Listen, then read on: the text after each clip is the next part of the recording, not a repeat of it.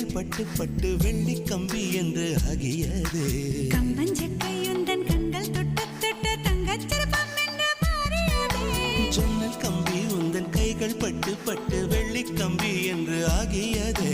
கம்பஞ்சக்கையுந்தன் கண்கள் தொட்டு தொட்டு தங்கச்சிற்பம் என்று மாறியது.